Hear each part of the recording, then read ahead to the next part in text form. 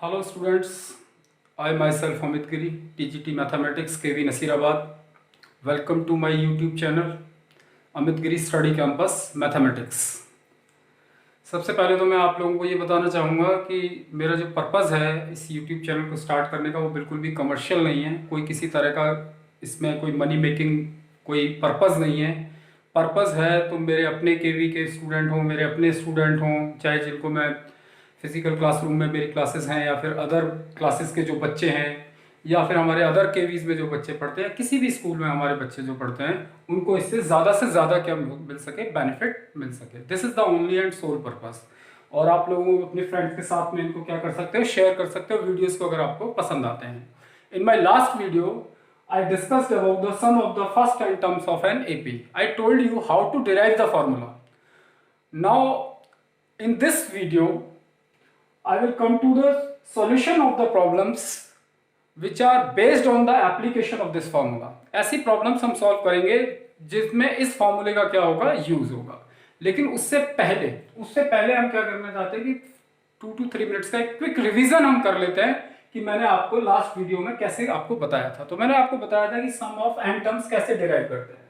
यहाँ पर a1 a2 a3 ये an-2 an-1 an, these are the terms of an AP। ये AP के क्या है, टर्म्स हैं। ओके, अब ये सब AP के टर्म्स हैं। तो A1 को मैंने बताया कि जैसे A1 हमारा फर्स्ट टर्म होता है, इसको हम A से डिनोट करते हैं।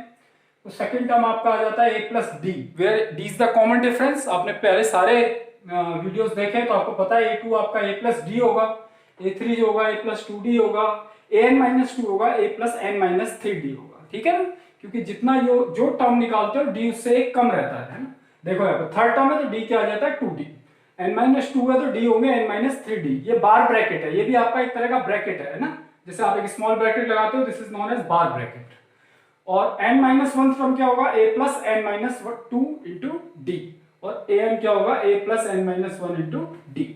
ओके, अब मैंने क्या किया, रिवर्सिंग द सीरीज। इस सीरीज को मैंने क्या कर दिया, रिवर्स कर दिया। तो जब रिवर्स कर दूंगा तो ये वाला जो टर्म है ना हमारा, ये वाला लास्ट टर्म, ये सबसे पहले आ जाएगा A plus n-1 into D. उसके बाद में ये जो सेकंड लास्ट था ये सेकंड टर्म बन जाएगा, तो और जो थर्ड लास्ट था वो थर्ड टर्म बन जाएगा। ओके, फिर उसके बाद में हमारा ये वाला nth टर्म बन जाएगा, लास्ट वाला। तो इस तरह से हमने रिवर्स कर दिया AP को।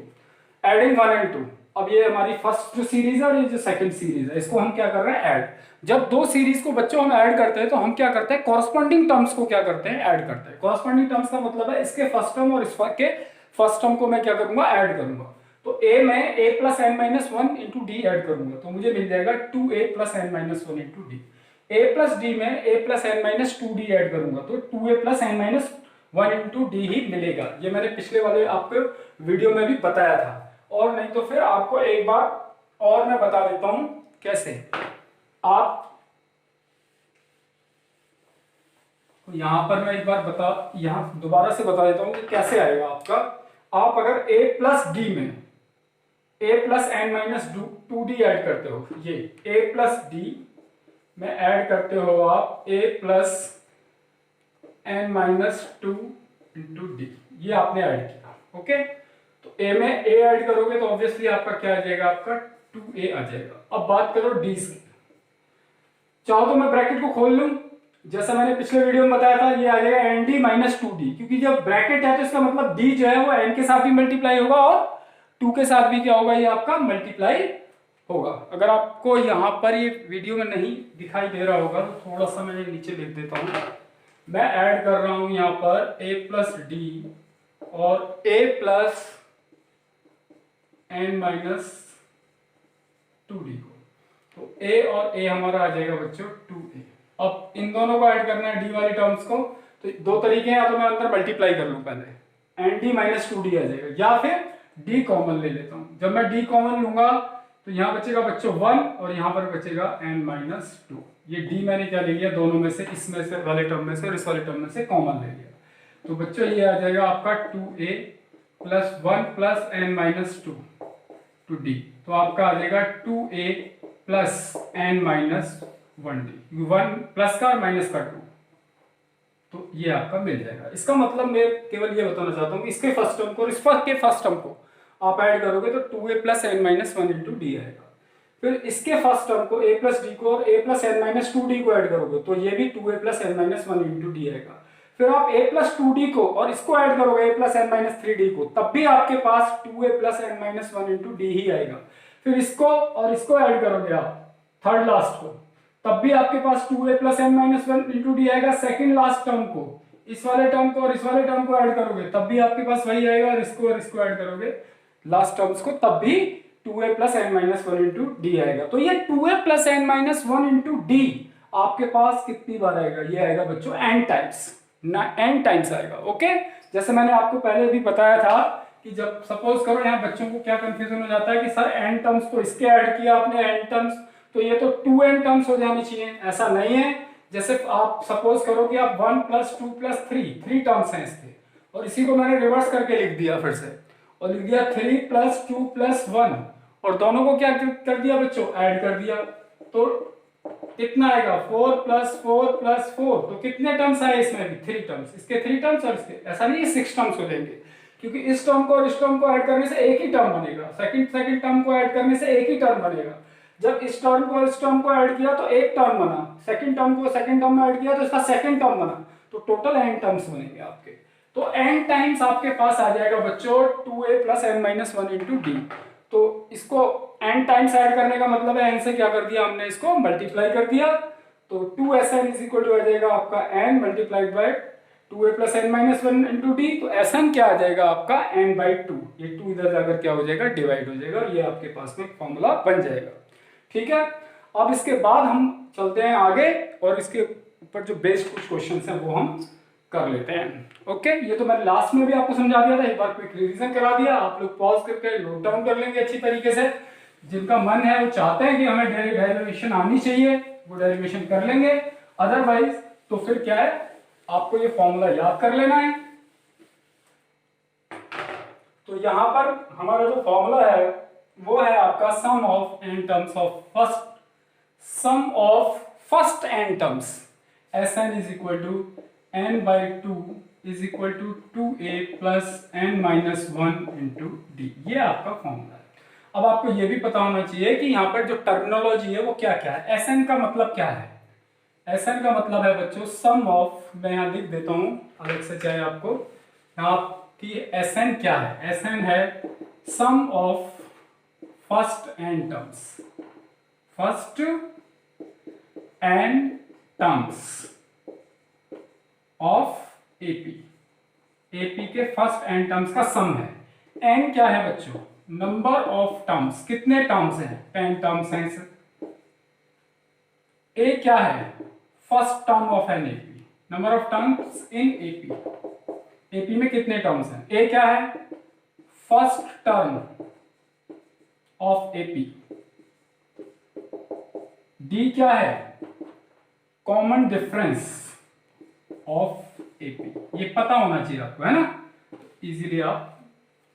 इसके बाद मैंने आपको एक और भी बात बताई थी कि इसी फॉर्मूले से हमारा एक और फॉर्मूला भी आ जाता है, और वो फॉर्मूला क्या आ जाता है? पॉज करें आप, और पॉज करके नोट भी कर सकते हो आपको जो भी नोट करना है। ओके, और वीडियो हमेशा मैं जैसा बोलता हूं पूरा वीडियो देखा करो। n बाई टू, ये 2a है, 2a को मैं लिख सकता हूं बच्चों a प्लस ए, और n minus one into D है ही है हमारे पास। तो ये जो इतना टर्म है ये वाला a plus N minus one into D, इसको हम किसके नाम से जानते हैं? an। ये nth टर्म के नाम से a plus N minus one into D. पूरी की पूरी आपने एक एक्सरसाइज पे की हुई है, एक एक्सरसाइज पूरी इसी पे बेस्ड की थी, a plus N minus one into D. This is nth term. nth term को कई जगह पर l से भी नोट कर देते हैं, यानी कि लास्ट टर्म। ठीक है, तो ये वाला फॉर्मूला भी आपको कई जगह पर काम आ जाता है, मतलब आपको यहां से कैलकुलेशन क्या हो जाती है, थोड़ी सी फास्ट हो जाती है आपको। ओके, तो अब चलो हम क्या करते हैं कि अगर हमको ये सारा कुछ पता लग गया, अब हम क्या करते हैं इस फॉर्मूले की एप्लीकेशन पे बेस्ड, कि कहां कहां पर अप्लाई करके हम इस तरह इस फॉर्मूले से कैसी प्रॉब्लम्स को क्या कर सकते हैं, सॉल्व कर सकते हैं। तो आप आ जाइए एनसीईआरटी की एक्सरसाइज 5.3। बिल्कुल सिंपल क्वेश्चन से स्टार्ट करेंगे, सिंपल टू कॉम्प्लेक्स। एक्सरसाइज 5.3।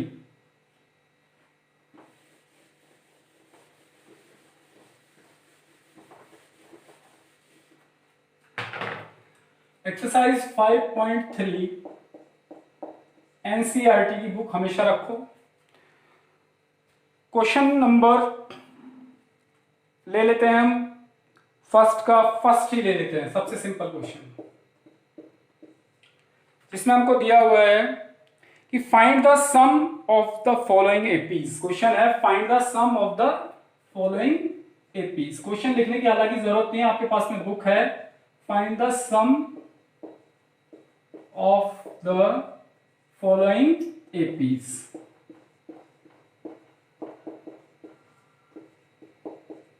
हमें कुछ एपीज दी हुई है, उनका हमको सम फाइंड करना है। और जो पहला क्वेश्चन है उसका वो है 2, 7, 12 and this is to 10 terms. 10 terms हैं, एक एपी है वो आपको दी हुई है 2, 7, 12 और अप टू 10 टर्म्स तक, यानी कि 10 टर्म्स का हमको क्या करना है, सम फाइंड करना है। तो यहाँ पर सिंपल क्वेश्चन है, यहाँ पर इसका सॉल्यूशन क्या होगा, डायरेक्ट फॉर्मूले में हम पुट कर देंगे। Here a is equal to कितना है बच्चों, 2। कॉमन डिफरेंस d कितना है, आप 7 माइनस 2 करोगे तब भी 5 आएगा और 12 माइनस 7 करोगे तब भी 5 आएगा। कॉमन डिफरेंस 5 है। ओके, अब हमको निकालना क्या है यहाँ पर बच्चों, सम ऑफ फर्स्ट 10 टर्म्स। इसके 10 टर्म्स का सम कितना होगा, यानी S10 मुझे निकालना है। तो मुझे पता है कि Sn के लिए क्या फॉर्मूला होता है, Sn is equal to n/2 2a plus n minus 1 into D. तो मैं S10 निकालना है मुझको, तो n की जगह पर रख दूंगा 10/2 2a। a है हमारा 2, n कितना बच्चों 10, 10 माइनस 1 और d है आपका 5। तो बच्चों ये आ जाएगा आपका 5, ये आ जाएगा 4 और 9 मल्टीप्लाइड बाय 5। बॉड मास का हमेशा यूज करना है।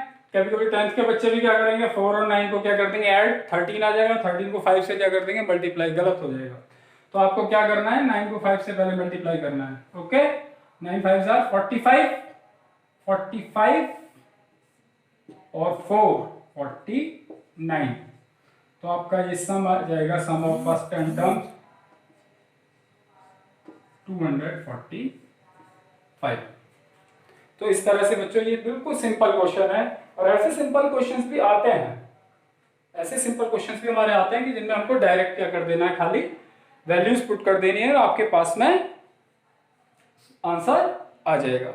ठीक है, अब इसके बाद हम करते हैं क्वेश्चन नंबर 2 का थर्ड पार्ट कर लेते हैं। ओके, कि find the sums given below. हमको क्या करना है, सम्स फाइंड करना है इसमें।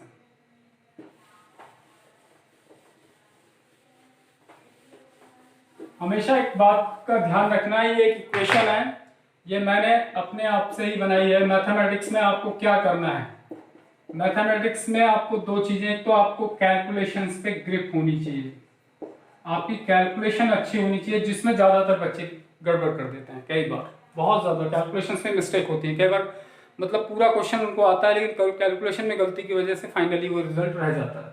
प्लस आपका कॉन्सेप्ट, कॉन्सेप्ट आपके क्या होने चाहिए, क्लियर होने चाहिए, ब्रॉड कॉन्सेप्ट। ऐसे नहीं है रट लिया, ये ट्रिक वो ट्रिक, बहुत सारी ट्रिकें आप लोग याद करते हो। कितनी ट्रिकें याद करोगे, हजारों ट्रिकें याद करोगे, फिर भूल जाते हैं। ठीक है ना, तो कई बार आपने सुना भी होगा, कुछ लोग बोलते हैं कि मेरे को तो सब कुछ आता था लेकिन मैं भूल गया। इसलिए भूल गया क्योंकि याद किया था, समझा नहीं था। अगर समझा होता तो 100% कभी नहीं भूलते। तो चीज़ों को क्या करना है, याद नहीं करना है, समझना है। वो ट्रिकें याद नहीं करनी है, अपने कॉन्सेप्ट इतने स्ट्रांग बनाने हैं, वो ट्रिकें आपके अंदर से निकलनी चाहिए, आपके दिमाग से निकलनी चाहिए। या आप खुद ट्रिक बना दो कि देखो ऐसे क्वेश्चन ऐसे भी हो सकता है, मैं इसको ऐसे भी कर सकता हूँ, इसको ऐसे भी। लेकिन ऐसा कब होगा, जब आपने उसका एनालिसिस किया है अच्छे से, आपने उसको डीपली पढ़ा है, आपने चीज़ों को रटा नहीं है, तब ऐसा होगा जब आपको उसकी अच्छी ग्रिप है आपके पास में। Okay,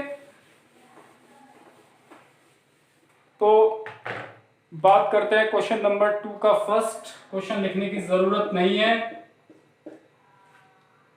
7 plus 10.5, 7 plus 10.5 plus 14 plus so on और प्लस 84। बच्चों ये जो लिखा है ना, ये क्वेश्चन जो है वो फर्स्ट से क्यों अलग है, फर्स्ट से इसलिए अलग है क्योंकि जो फर्स्ट मैं जो चारों क्वेश्चंस दे रखे हैं ना, कोई भी क्वेश्चन जो है, जैसे पहला ही क्वेश्चन था कि 2, 7, 12 और ये लिखा हुआ था 10 टर्म्स, यानी कि हमको 10 टर्म्स तक का सम क्या करना है, फाइंड। लेकिन यहाँ ऐसा नहीं लिखा हुआ है कि 84 टर्म्स, इसमें 84 टर्म्स तक का सम फाइंड करना है। इसका मतलब है कि इसका जो लास्ट टर्म है वो 84 है। ओके, समझे ना इस बात को। ये यहाँ पर क्या लिखा हुआ था, up to dash dash dash 10 terms, plus का भी साइन लगा हुआ है, मतलब इसके 10 टर्म्स का सम फाइंड करना है। लेकिन यहाँ पर ऐसा नहीं कि यहाँ इसके 84 टर्म्स का सम फाइंड करना है। अगर ऐसा होता ना कि ये पूछा होता कि 84 टर्म्स तक का सम फाइंड करो, तो ऐसे लिखा होता, फिर ये यहाँ कभी गड़बड़ होता ना, ऐसे लिखा होता 84 टर्म्स, कि आपको इस एपी के 84 टर्म्स तक का सम फाइंड करना है। नहीं, लेकिन यहाँ क्या लिखा है, प्लस 84 ऐसे। तो इसका मतलब आप समझ जाओ कि इसका लास्ट टर्म 84 दे रखा है, इसमें 84 टर्म नहीं है। अब हम ये निकालेंगे कि इसमें टर्म कितने हैं, इसमें टर्म कितने, ये हम इसमें क्या कर लेंगे बच्चों, निकाल लेंगे। अब वो कैसे निकालेंगे, वो आपको जो पहली एक्सरसाइज है हमारी nth term of an AP, उसमें जो फॉर्मूला मैंने आपको पढ़ाया है उसको यूज करके आप इजीली निकाल लेंगे। हियर ए क्या है बच्चों, 7, डी क्या है आपका 10.5 माइनस 7, या फिर 14 माइनस 10.5, वो तो सेम ही आएगा। 2 टाइम्स आर 21/2 माइनस 7, एलसीएम ले लो, ये आपका आ जाएगा बच्चों 21 माइनस 14/2, और ये आपका आ जाएगा 7/2। ये आपका आ गया, क्या आ गया, डी आ गया। ओके, अब क्या है, हमको ये भी पता होना चाहिए कि नंबर ऑफ टर्म्स कितने हैं, तो वो तो मुझे पता नहीं है, लेकिन मुझे ये जरूर पता है कि यहाँ पर nth जो टर्म है वो 84 है। nth टर्म क्या है इसका, जो लास्ट टर्म है। Let there are n terms in this AP, let there are n terms, अगर हमारे n टर्म्स हैं तो an कितना है हमारा 84। तो an की जगह मैं लिख सकता हूं a plus n minus 1 into D is equal to 84।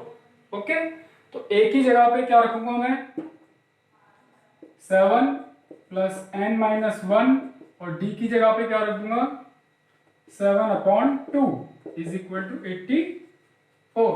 7 उधर जाकर क्या हो जाएगा बच्चों, minus n minus 1 multiplied by 7/2 is equal to 84 minus 7। 84 minus 7 आपका आ जाएगा 77।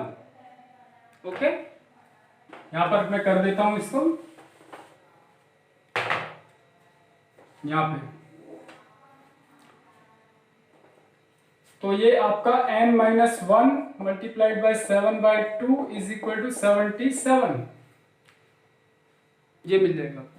अब आप क्या करोगे, ये जो 2 है ये उधर 77 से जाकर क्या हो जाएगा, क्योंकि ये 7/2 पूरे n माइनस 1 के साथ मल्टीप्लाई है, तो 77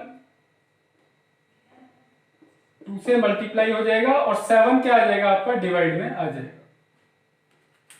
तो 7 से आपका बच्चों आ जाएगा 11, तो n माइनस 1 की वैल्यू आ जाएगी बच्चों 22, और n की वैल्यू आ जाएगी यहां से 23, यानी कि इसमें टोटल जो टर्म्स हैं बच्चों वो हैं 23। इस एपी में कितने, अभी तक मैंने क्या निकाला, ये मेरा पहली एक्सरसाइज वाला क्वेश्चन हो गया एक तरह से, कि हमको लास्ट टर्म 84 दिया हुआ है और हमको ये निकालना है कि इसमें टर्म कितने हैं।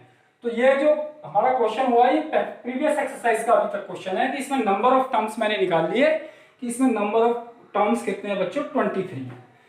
ओके, अब आपके पास n आ गया, तो अब ये क्वेश्चन फर्स्ट वाला जो क्वेश्चन है वो एक तरह से बन गया। अब आप इसमें डायरेक्ट फॉर्मूले में पुट कर सकते हो, Sn is equal to n/2 2a plus n minus 1 into में d। इसको पॉज कर लो, पॉज करके क्या कर लो, आप इसको नोट कर लो, और देखो फिर क्या करोगे। इसके बाद आप करोगे, दोनों में से कोई किसी भी मेथड से कर सकते हो। अब इस क्वेश्चन का आप चाहो तो Sn is equal to n/2 a plus an, इसमें भी आप इससे भी इसको सॉल्व कर सकते हो, और आप चाहो तो इसको Sn is equal to n/2 2a plus n minus 1 into D, इस वाले फॉर्मूले से भी कर सकते हो, लेकिन इससे थोड़ा फास्ट हो जाएगा क्योंकि एन हम निकाल ही चुके हैं। कितना है बच्चों यहाँ पर 23, ए कितना है हमारा यहाँ पर 7, और जो ए एन है वो कितना है बच्चों 84, ए एन 84 है। तो ये आपका आ जाएगा 23/2 91, इसको आपस में मल्टीप्लाई कर लो, अपॉन में 2 आ जाएगा। ओके, और यहां पर अगर इससे निकालते हैं तो इससे भी आप निकाल सकते हो। एन आपका था 23/2, 2a था आपका 7 प्लस n-1 यानी कि 23 - 1, और d कितना था बच्चों आपका 7/2।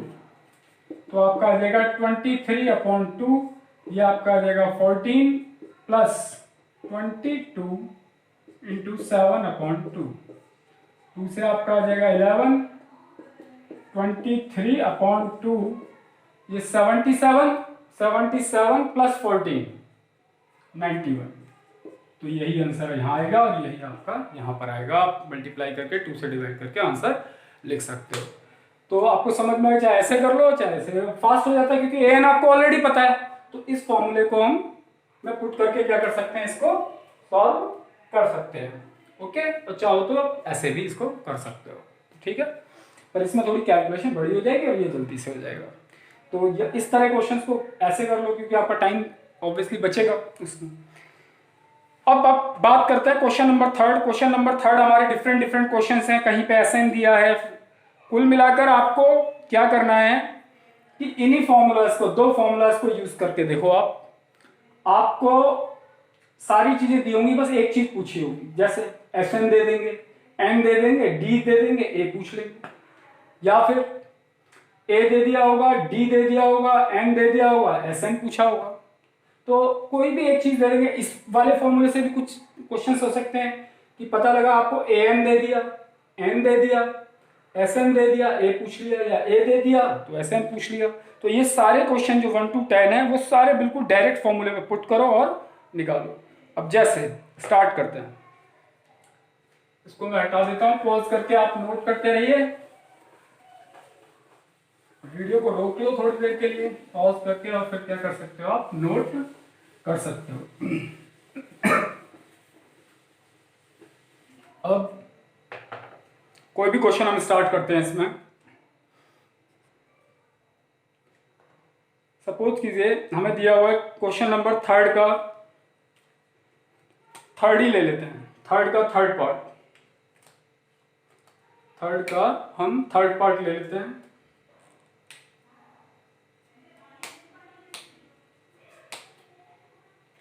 क्वेश्चन नंबर 3 का third part, given 812 is equal to 37। 812 जो है वो आपको दे रखा है 37, यानी 12th टर्म आपको 37 दे रखा है। डी आपको 3 दिया हुआ है, डी दिया हुआ है आपको 3। फाइंड क्या करना है, ए एंड S12।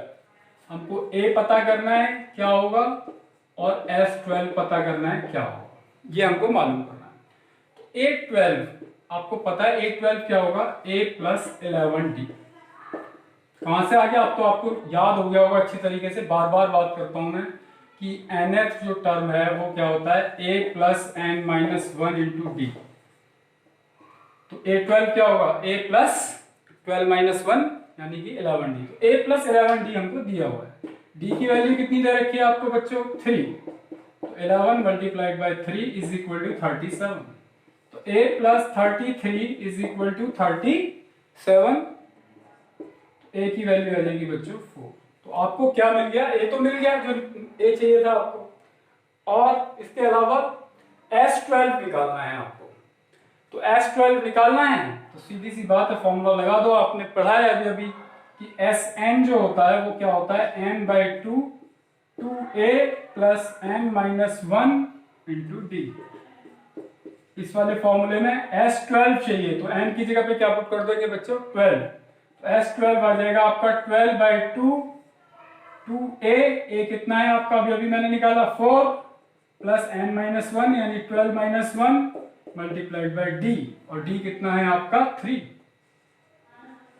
तो आपका आ जाएगा यहां से 6, 2 4 ये आपका आ जाएगा 8 और ये 11 33, यहाँ 8 आ जाएगा, 12 - 1 11, 11 3 33, तो ये बच्चों आपका आ जाएगा 6 × 41, यानी कि 246 आपका इसका आंसर आ जाएगा।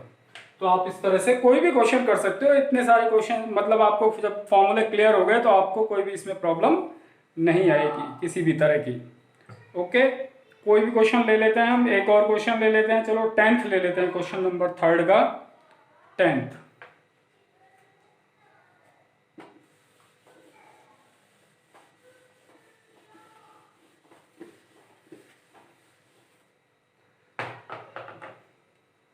क्वेश्चन नंबर 3 का 10th पार्ट हम ले लेते हैं। इसमें बोला है L = 28। L मैंने बार बार बात बताई है पहले भी, L का मतलब यहाँ पर होता है बच्चों, ध्यान रख लेना, लास्ट टर्म या फिर nth टर्म भी इसको बोलते हैं। अगर टोटल टर्म n है तो लास्ट टर्म nth ही टर्म होगा। ठीक है, किसी में अगर टोटल टर्म 100 है तो 100th टर्म जो होगा वो लास्ट होगा। किसी में 33 टर्म है तो 33 जो टर्म होगा, 33rd जो टर्म होगा वो लास्ट टर्म होगा। ये 28 दिया हुआ है यहाँ पर, S दिया हुआ है, यानी कि सम ऑफ AP जो दे रखा है, यानी कि सम ऑफ 28 टर्म्स जो दे रखा है, एक तरह से समझो 144। ये जो S दिया हुआ है ना, 28 नहीं लिखा है, लेकिन S 28 ही होगा यहाँ पर, क्योंकि जो पूरी AP है ना उसका सम दिया हुआ है हमको, और पूरी AP में कितने टर्म्स होंगे, सॉरी यहाँ पर लास्ट टर्म 28 दिया हुआ है, मैं थोड़ा कंफ्यूज हो गया। यहाँ पे लास्ट टर्म 28 दिया हुआ है, 28 टर्म्स नहीं दिए हुए हैं। अभी हमें निकालना पड़ेगा कि इसमें कितने टर्म्स हैं, या फिर हमको दिए हुए, and there are total 9 terms, इसमें 9 टर्म्स हैं। टोटल टर्म्स कितने हैं, 9, ये भी हमको गिवन है। तो इसका मतलब ये हमको जो दिया है बच्चों वो S9 दिया है,